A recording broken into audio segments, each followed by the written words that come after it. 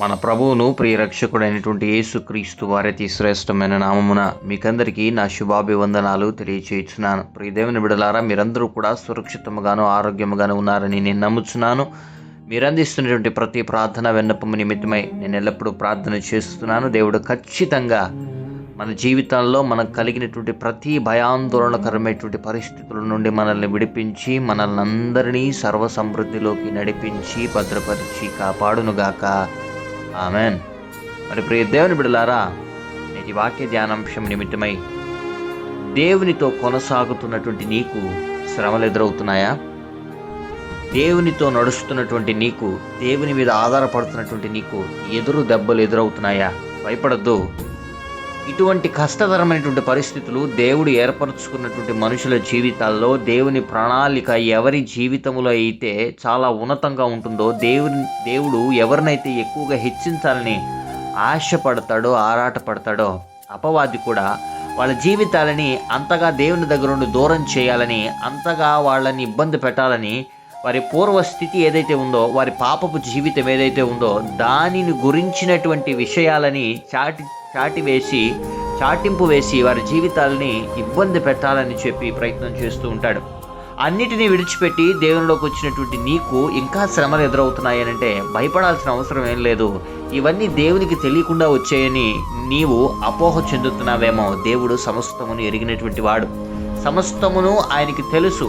ఆయన వాటిని అనుమతించాడు అనడానికి కలిగినటువంటి అర్థం ఏంటి అని అంటే, ఇటువంటి కష్టతరమైనటువంటి పరిస్థితుల్లోనే దేవుడు నీ విశ్వాసాన్ని పరీక్షిస్తున్నాడు అన్నటువంటి విషయాన్ని నువ్వు జ్ఞాపకం చేసుకోవాలి. దేవుని బిడ్డలారా, ఈ వాక్యాన్ని ఒకసారి నేను మీతో పంచుకోవడానికి ప్రయత్నం చేస్తాను. అపోస్తలుడైనటువంటి పౌలు గారు యోహాను గారితో కలిసి అంతియోకియాలో సువార్త ప్రకటించడానికి వెళ్తాడు. ఆయా ప్రాంతాల గుండా సువార్త ప్రకటిస్తూ అపోస్తలుడైనటువంటి పౌలు గారు దేవుని ఆత్మ చేత నింపబడినటువంటి వాడై అనేక ప్రాంతాల్లో సువార్తను ప్రకటిస్తూ అనేక అనారోగ్య పరిస్థితుల్లో ఉన్న వారిని స్వస్థపరుస్తూ అనేక మందిని పాపములో నుండి బయటికి లాగి రక్షిస్తూ బాప్తిస్మం ఇస్తూ పరిశుద్ధ ఆత్మ చేత వారు నింపబడడానికి ఆయన వాక్యం ఒక కారణంగా మారింది. అలానే వారి ప్రయాణ మార్గంలో పాపు అనేటువంటి ఒక ద్వీపము, ఒక ఊరికి వాళ్ళు వస్తారు. అక్కడ ఏం జరుగుతుంది అని అంటే, అపోస్తల కార్యం 13వ అధ్యాయము 6వ వచనం, వారు ఆ ద్వీపమందంతట సంచరించి పాపు అను ఊరికి వచ్చినప్పుడు గారిడి వాడును అబద్ధ ప్రవక్తనైన బర్ యేసు అన్న ఒక యూదుని చూచిరి. ఇక్కడ దేవుని ఆత్మచేత నడిపింపబడుతున్నటువంటి దైవ సేవకునికి ఒక అబద్ధ ప్రవక్త, అపవాది ఆత్మచేత నింపబడి అపవాదికి కలిగినటువంటి కుట్రపూరితమైనటువంటి మనసు ఏదైతే ఉందో దాన్ని కలిగినటువంటి ఒక ప్రవక్త, వాడి పేరు కూడా చూడండి, బర్ యేసు అంట. ఇటువంటి వాడు తటస్థించాడు అపోస్తులైనటువంటి పౌలు గారికి. అపోస్తులైనటువంటి పౌలు గారికి తటస్థించినటువంటి ఈ వ్యక్తి అపోస్తులైనటువంటి పౌలు గారిని చూసి ఏమైనా నోరు మూసుకున్నాడంటే తర్వాత ఏం జరుగుతుందో చూసినట్లయితే మీరు 7వ వచనంలో, ఇతడు వివేకము గలవాడైన సెర్గి పౌలు అను అధిపతి యొద్ద నుండెను. అతడు బర్నబాను సౌలును పిలిపించి దేవుని వాక్యము వినగోరెను. ఇక్కడ చూడండి, ఈ బర్ యేసు అనేటువంటి వ్యక్తి ఒక తెలివి కలిగినటువంటి వాడు, వివేకము కలిగినటువంటి వాడైనటువంటి శతాధిపతి, అంటే ఒక అధిపతి దగ్గర ఇతడు పనిచేస్తున్నాడు. వివేకము గలవాడైనటువంటి సెర్గి పౌలు అని ఒక అధిపతి, ఆయన ఒక దాని మీద పనిచేస్తున్నటువంటి వ్యక్తి, ఒక అధికారి, అతని దగ్గర పనిచేస్తున్నటువంటి వ్యక్తి అబద్ధ ప్రవక్త అయినటువంటి మనుషుడు. ఈయన వివేకం కలిగినటువంటి వాడే, కానీ దేవుని గురించినటువంటి వివేకం ఇతనికి లేదు. కాబట్టే అసలైనటువంటి వాక్యాన్ని వినగోరి బర్నబాను పౌలును ఆయన దగ్గరికి పిలవనంపించుకున్నాడు వాక్యం వినడానికి, దేవుని గురించినటువంటి మాటలను వినడానికి, దేవుని గురించినటువంటి విషయాలను తెలుసుకోవడానికి, దేవుడు ఎలాంటి వాడు, దేవునిలో ఉన్నటువంటి లోతైన మర్మం ఏంటి, ఆయన ఎలా అర్థం చేసుకోవాలో పూర్తిగా తెలుసుకోవడానికి ఈ వివేకం కలిగినటువంటి వాడు ఇంతవరకు అవివేకి అయినటువంటి అబద్ధ ప్రవక్త మాటలను విని మోసపోయినటువంటి వ్యక్తి ఇప్పుడు నిజమైనటువంటి సువార్తను వినడానికి బర్నబాని పౌలును పిలువనంపించుకున్నాడు. అయితే 8వ వచనం చూసినట్లయితే, అయితే ఎలుమ ఆ అధిపతిని విశ్వాసము నుండి తొలగింపవలనని యత్నము చేసి వారిని ఎదిరించెను. ఎలుమ అను పేరునకు గారిడి వాడని అర్థము. ఈ బర్ యేసు అనేటువంటి వాడి పేరు ఎలుమ, అసలు పేరు ఎలుమ. వీడేం చేస్తున్నాడని అంటే, ఈ గారిడి వాడు అసలైనటువంటి సువార్తకి అడ్డం వెళ్తున్నాడు.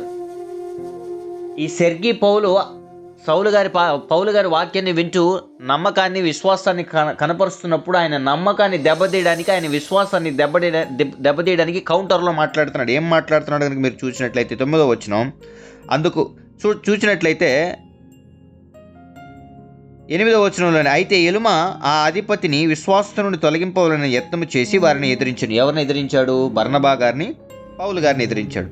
ఎలుమ అనే పేరునకు అర్థము గారడీవాడని అర్థం. 9వ వచనం, అందుకు పౌలు అనబడిన సౌలు పరిశుద్ధాత్మతో నిండిన వాడై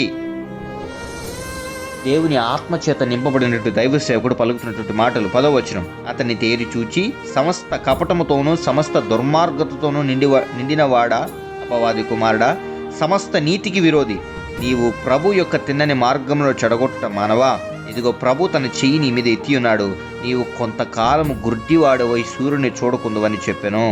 వెంటనే మబ్బును చీకటి అతన్ని కమ్మెను గనుక అతడు తిరుగుచూ ఎవరైనా చెయ్యి పట్టుకుని నడిపింతురా అని వెతుకుచుండెను.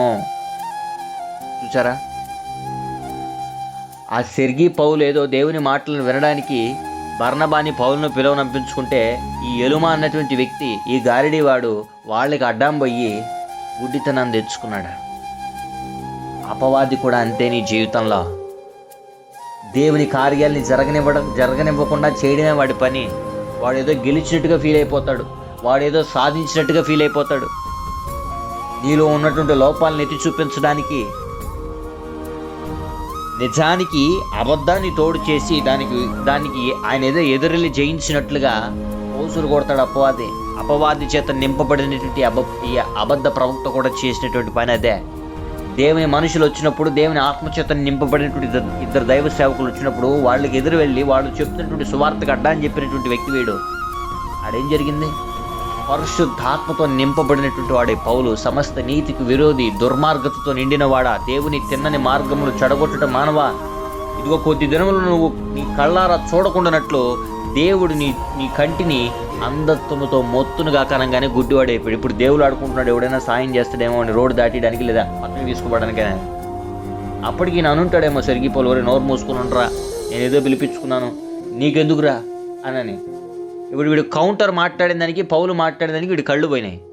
సెర్గీ పౌలు కూడా ఏదైనా కౌంటర్ మాట్లాడుంటే ఇప్పుడు భయం వస్తుందా లేదా సెర్గీ పౌల్లో?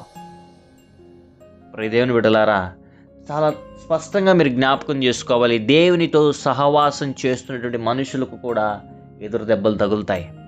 అటువంటి ఎదురు దెబ్బే ఇది.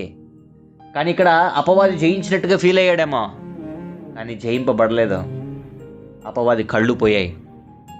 ఒకవేళ నీ జీవితంలో దేవుని కార్యము కనబడట్లేదేమో, దేవుడు ఏం చేస్తున్నట్లుగా నీకు కనిపించట్లేదేమో, ఖచ్చితంగా నీ పక్షాన విరుద్ధముగా మాట్లాడిన ప్రతి నోర్లు కూడా ముయ్యబడతాయి.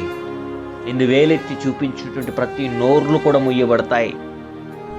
నిన్ను ఇబ్బంది పెడుతున్నటువంటి ప్రతి విధమైనటువంటి ఇబ్బందికరమైనటువంటి పరిస్థితులు కూడా లయమైపోతాయి. అతి త్వరలోనే దేవుని కార్యం చూడబోతున్న ప్రియ సహోదరి. పౌలుకు ఎదురైనటువంటి శ్రమ, ఓ గారిడివాడు, అబద్ధ ప్రవక్త, వాడేదో నీతిమంతుడిగా ఫీల్ అయిపోయి దేవుని ఆత్మచేత నింపబడినటువంటి దైవ సేవకుల్ని, దేవుని సన్నిధిలో ఎదుగుతున్నటువంటి బిడ్డల్ని ఆటంకపరచడానికి ప్రయత్నం చేసినప్పుడు గుడ్డివాడు దేవుడు ఆడుకునే పరిస్థితికి వచ్చాడు.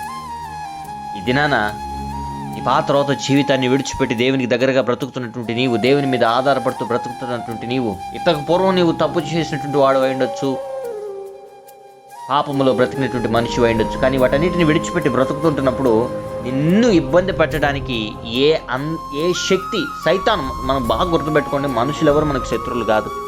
సైతాన్ వాళ్ళ మాట నుండి వస్తుంది అంతే. సైతాన్ వాళ్ళ మాట నుండి మనల్ని అటాక్ చేస్తుంది. మీరు బైబిల్ గ్రంథాన్ని బాగా చదివినట్లయితే అపవాది మనుషులను ఆసరా చేసుకుని యేసుక్రీస్తు ప్రభువారిని పట్టించడానికి ప్రయత్నం చేసింది. డైరెక్ట్గా వాడు రాలేదు. డైరెక్ట్గా వాడు ఎప్పుడు రాలేదు. ఏదోని వనంలో కూడా డైరెక్ట్గా సాతాను మాట్లాడలేదు, సర్ప రూపంలో మాట్లాడింది హవ్వగారితో. డైరెక్ట్గా వాడు రాగలిగిన క్యాడర్ ఏదైనా ఉంది అని అంటే యేసుక్రీస్తు ప్రభువారి దగ్గరికి వాడు డైరెక్ట్గా వెళ్తాడు. మనలాంటి వాళ్ళ దగ్గరికి ఎలా వస్తాడని అంటే, మనం ఇంతకు పూర్వకం ఏదైతే తప్పు చేస్తుంటామో ఆ పాపాన్ని మనకి ఎత్తి చూపించడు, ఇదిగో నీ ప్రార్థన ఆలకించడు దేవుడు, ఇదిగో నీ పాపం చేసినటువంటి వాడు. లేదా మనం ఏ తప్పు అయితే చేశామో ఆ తప్పుని జనాల్లో ప్రచురం చేయడానికి మనల్ని భ్రష్టు పట్టించడానికి సకల విధాల ప్రయత్నం చేస్తాడు. ఎందుకంటే నువ్వు ప్రార్థన చేయకూడదు. దేవునికి తెలియదంటావా ఈ పరిస్థితులన్నీ? నువ్వు పాపం చేసావని, నువ్వు తడబడ్డావని, నీ కాలు జారిందని, దేవుని దుఃఖపరచావని దేవునికి తెలియదని దేవుడే క్షమించినప్పుడు నీకేం తక్కువైంది? ఇంకా నువ్వు దేని నిమిత్తమై బాధపడుతున్నావు? దేని నిమిత్తమై వేదన చెందుతావు? విధాన ఎదురవుతాయి, సమస్యలు ఎదురవుతాయి, ఇబ్బందులు ఎదురవుతాయి. ఆత్మచేత నింపబడినటువంటి 20 దైవ సేవకులకే సువార్త ప్రకటిస్తుంటున్నప్పుడు అబద్ధ ప్రవక్త అయినటువంటి వాడు ఊరుకొండక వారిని గద్దించడానికి, ఆటంకపరచడానికి, నలుగురిలో వాళ్ళని నవ్వులు పాలు చేయడానికి ప్రయత్నం చేశాడు. మీరు చెప్పే సువార్త తప్పు, యేసుక్రీస్తు ప్రభువారు లేరు, బాప్తిసం లేరు అనేటువంటి మాటలను మాట్లాడుంటాడేమో ఆ ఎలుమ అనేటువంటి వ్యక్తి. కానీ దేవుని ఆత్మచేత నింపబడినటువంటి వ్యక్తి పలకగానే మబ్బు గమ్మేసింది కళ్ళకే.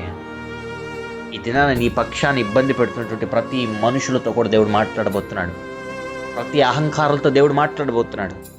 ప్రతి దుష్ట స్వభావం కలిగినటువంటి మనుషులతో దేవుడు మాట్లాడబోతున్నాడు. ప్రియ దేవుని బిడ్డలారా, అన్నీ విడిచిపెట్టి దేవుని సన్నిధిలో బ్రతకడానికి నువ్వు ఇష్టపడుతుంటున్నప్పుడు నేను ఇంకా రెచ్చగొట్టడానికి అపవాది ప్రయత్నం చేస్తాడు. నేను ఇంకా లోకంలోకి లాగవేయడానికి ప్రయత్నం చేస్తాడు. నేను ఇంకా దేవుడిని తప్పించడానికి ప్రయత్నం చేస్తాడు. భయపడద్దు, విసిగిపోవద్దు. దేవుడు నీ పక్షాన ఉన్నాడు. ఖచ్చితంగా ఆయన కార్యాన్ని నువ్వు చూడబోతున్నావు. ఏది నీకు ఎంత మాత్రం హాని చేయదని ఆయన చెప్పాడనంటే ఏది చేయదనే కదా అర్థం. ఒకవేళ నీ జీవితంలో ఏదైనా సమస్య ఎదురవుతుందా, దేవుని సన్నిధిలో ప్రార్థన చేయి. ఆ సమస్యను అనుమతించిన వాడే దానిని ఖచ్చితంగా నేను తప్పిస్తాడు. ఏ అపవాది ఛాలెంజ్ చేసి వచ్చిందో దేవుని దగ్గర, ఇదిగో నేను వాడు చేసిన తప్పు మరొక్కసారి జనాల్లో ప్రచురం చేయబోతున్నాను, ఇప్పుడు వాడు నీ దగ్గర నుంచి తొలగిపోతాడు, ఇంక నీ సన్నిధికి రాడని ఎక్కడైతే పలుకుతాడో అక్కడే దేవుని సన్నిధిలో నువ్వు నిలబడాలి.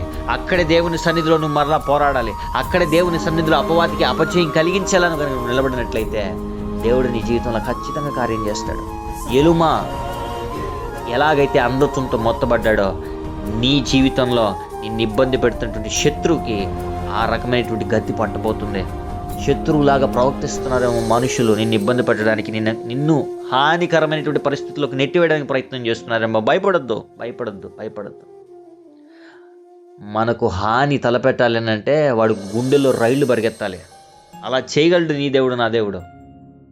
నీతిగా బతుకుతున్నటువంటి దానియేలు గారిని సింహాల బోన్లో వేయలేదా? యథార్థంగా ఉన్నది ఉన్నట్లు అన్నదమ్ములకి చెప్పినటువంటి యోసేపుని గుంటలో పడవేయలేదా? యథార్థముగా దేవుని సన్నిధిలో పొందుకున్నటువంటి ప్రత్యక్షతని తెలియజేసినటువంటి మోషేకు తిరుగుబాటు తన ఇశ్రాయేలుల దగ్గర నుంచి జరగలేదా? ఇప్పుడు దేవుని బిడ్డలారా, సమస్తమును కూడా దేవునికి అనుకూలంగా మార్చుకోగలడు దేవుడు. కానీ కొన్ని సందర్భాల్లో ఆయన నీ జీవితంలో ఎదురు దెబ్బలను అనుమతించాడు, నవ్వుల పాలను అనుమతించాడు, అనుమానాలను అనుమతించాడు, భయంకరమైనటువంటి నిందలను అనుమతించాడు అని అంటే దానికి కారణం దేవుడు నీ విశ్వాసాన్ని పరీక్షిస్తున్నాడు. పౌలు విశ్వాసం అక్కడ పరీక్షింపబడింది. చాలా వరకు పౌలు ఓర్చుకున్నాడు. కానీ ఇక తీరని సందర్భంలో పౌలు ఆ మాట వాడాల్సి వచ్చింది. ఇప్పుడు మనం ఎవరిని అనాల్సిన మాట లేదు, మనం ఎవరిని నిందించాల్సినటువంటి పని లేదు. దేవుడు చూసుకుంటాడు. నీ పక్షాన్ని నేను ఇబ్బంది పెడుతున్నటువంటి మనుషులతో దేవుడు మాట్లాడతాడు. సింహాల నోళ్లను మూసినటువంటి దేవుడు క్రూర మృగాల మధ్యలో కూడా తన సేవకునికి వంటి మీద గీత కూడా, ఈగ కూడా వాళ్ళనీయకుండా కాపాడినటువంటి దేవుడు మృగాల కంటే క్రూరమైనటువంటి స్వభావం కలిగినటువంటి మనుష్యుల మధ్యలో నిన్ను కాపాడలేడు అనుకుంటున్నావా? ఖచ్చితంగా కాపాడగలడు. ఈ వాక్యాన్ని నమ్ము, విశ్వాసం ఉంచి కనుక నీవు అడుగు వేసినట్లయితే దేవుడు నీ జీవితంలో గొప్ప కార్యాన్ని చేయబోతున్నాడు. గుంటలో పడిపోయినటువంటి యోసేపుని పైకి లేవనెత్తి రాజ్య సింహాసనం నందు కూర్చుండి పెట్టినటువంటి నీ దేవుడు, నా దేవుడు సజీవుడు. రాజుగా పట్టాభిషేకం చేస్తాను, కూతురు నుంచి పెళ్లి చేస్తానటువంటి రాజే మరణానికి పాత్రుడిని చేయాలని చెప్పి దావీదు గారిని తరిమినప్పుడు దేవుని కృప దావీదు గారికి తోడే ఉండకపోతే రాజు ఇంట్లో నుండే ఒక వ్యక్తిని దావీదుకి అనుకూలంగా మార్చి, స్నేహితుడిగా మార్చి దావీదు జీవితాన్ని మార్చినటువంటి దేవుడు నీ దేవుడు, నా దేవుడు. ఖచ్చితంగా ఆయన ఏదైనా చేయగలడు. భయపడద్దు, విసిగిపోవద్దు. దేవుని మీద నమ్మకం ఉంచావు, ఇక దాన్ని సంపూర్తిగా కొనసాగించు. దేవుడు నీ జీవితంలో అద్భుత కార్యాలు చేసి నిన్ను నడిపించి భద్రపరిచి కాపాడను గాక. ఆమేన్. నీకోసం నేను ప్రార్థన చేయబోతున్నాను. దయచేసి ప్రార్థనలో ఏకీభవించవలసిందిగా మిమ్మల్ని అందరినీ కోరుతున్నాను. నజరేయుడైన యేసయ్య అతి పరిశుద్ధుడా, సర్వశక్తిమంతుడా, నీకు వందనాలు. ఎంతమంది బిడ్డలైతే ప్రభా ఈ వాక్యాన్ని విన్నారో, బిడ్డల హృదయాల్ని ప్రేరేపించి మాట్లాడినందుకు నీకు వందనాలు. ఈ దినాన అయోమయ స్థితిలో ఉండి వారు ఎదుర్కొంటున్నటువంటి పరిస్థితుల నిమిత్తమై అయ్యా నీ సన్నిధిలో మొర్రపెడుతూ ఈరోజు నీ ఆలయంలో నీకు మొర్రపెట్టి ఇదిగో ఇప్పుడు ఈ వాక్యాన్ని వింటున్నారేమో, బిడ్డలను ఆదరించమని ప్రార్థన చేస్తున్నాం. ఓదార్చండి, నెమ్మదిని కలిగించండి, విశ్రాంతిని కలిగించండి. ఎటువంటి పరిస్థితులు బిడ్డలకు ఎదురైనను, ఎటువంటి అయోమయకరమైనటువంటి పరిస్థితులు బిడ్డలకు ఎదురైనను, నజరేయుడైన యేసయ్య అతి పరిశుద్ధమైన నామములో, అధికారము కలిగిన నామంలో సర్వశక్తిని అయ్యానైనా చేతి క్రిందకు వచ్చినటువంటి ఆ బిడ్డల జీవితంలో ఎదురవుతున్న ప్రతి సమస్య నుండి బిడ్డలకు విడుదల కలిగించమని ప్రార్థన చేస్తున్నాం. ఇదిన దీవులతో బిడ్డలు తృప్తిపరచండి, సమాధానాన్ని కలిగించండి, అసమాధానాన్ని తీసివేయమని ప్రార్థన చేస్తున్నాం ప్రభా. అయ్యా నెమ్మదైనటువంటి జీవితాన్ని కలిగించండి. ఎక్కడైతే శత్రువులు ఎక్కువైపోయి బిడ్డల జీవితాలను ఇబ్బంది పరుస్తున్నారో అక్కడే బిడ్డల తలని లేవనెత్తమని ప్రార్థన చేస్తున్నాం. ఆశీర్వాదంతో నింపమని ప్రార్థన చేస్తున్నాం. ఘన విజయాన్ని కలిగించమని ప్రార్థన చేస్తున్నాం. ఎంతమంది అయితే అబద్ధపూర్వకమైనటువంటి ప్రవక్తలతో బిడ్డల జీవితాల్ని ప్రభానైనా ఇదిగో నాశనం చేయడానికి ప్రయత్నం చేస్తున్న ఆ బిడ్డల నోర్లు ముయ్యబడునుగాక. మరి ఎవరైనా సరే ప్రభాన ఇబ్బందికరంగా ప్రవర్తించిన మనుషులు ఎవరైనా సరే ప్రభాన ఏ రకమైనటువంటి ఇబ్బంది బిడ్డలకి కలుగుతున్నాను అందులోని సంపూర్ణమైన ఉపశమనం బిడ్డలకి కలుగునుగాక. ఇంకా నీలో విశ్వాసంగా ఎదగలిగినటువంటి కృపను బిడ్డలకు అనుగ్రహించమని ప్రార్థన చేస్తున్నాం. ఎంతమంది బిడ్డలు అయ్యానైనా వివాహ దినాలు, జన్మదినాలు, బ్యాప్టిజం డేస్ జరుపుకుంటున్నారు, బిడ్డలను ఆశీర్వదించండి. నీ చిత్తాన్ని గ్రహించి దానికి అనుగుణంగా నడవగలిగినటువంటి భాగ్యాన్ని బిడ్డలకు అనుగ్రహించమని ప్రార్థన చేస్తున్నాం. సమస్త విధములైనటువంటి దీవులతో తృప్తిపరచండి. సకల విధములైనటువంటి దుష్టత్వం నుండి తప్పించమని ప్రార్థన చేస్తున్నాం. సకల విధములైనటువంటి మానసికమైనటువంటి ఒత్తిడి నుండి బిడ్డలను తప్పించండి. సకల విధములైనటువంటి శారీరకమైనటువంటి ఒత్తిడి నుండి తప్పించండి. ఇతని దీవులతో నింపి నడిపించండి. సర్వ సమృద్ధిని కలిగించండి. అయా నెమ్మదైనటువంటి జీవితాన్ని బిడ్డలకు అనుగ్రహించి నెమ్మదికరమైనటువంటి ఆశీర్వాదంతో బిడ్డల్ని నింపమని స్తుతి, ఘనత, మహిమ, ప్రభావాలు నీకే ఆరోపిస్తూ మమ్మల్ని మేము తగ్గించుకుంటూ ప్రభానైనా ఈ నామాన్ని కీర్తిస్తుండగా సకల విధములైనటువంటి సమస్యల్లో ఉన్న వారికి సంపూర్ణమైన విడుదల కలుగునుగాక. ఉద్యోగాల్లో ఉన్న వారికి, ఉద్యోగాలు లేని వారికి ఉద్యోగాలు కలుగునుగాక. ఆయన వివాహ సంబంధాల నిమిత్తం ఎదురు చూస్తున్న బిడ్డలకి సాటైన సంబంధాలు వచ్చి ఘనంగా వివాహాలు జరుగునుగాక. ఈ దిన దీవెలతో బిడ్డలందరినీ నింపి నడిపించండి. సమృద్ధిని కలిగించండి. నెమ్మదితో నింపమని యేసయ్య అతి పరిశుద్ధమైన నామముని ప్రార్థన విన్నపములు అడిగి పొందుకుని ఉన్నాం మా ప్రియ పరలోకపు తండ్రి. Amen, amen, amen. Praise Lord. May God bless you all.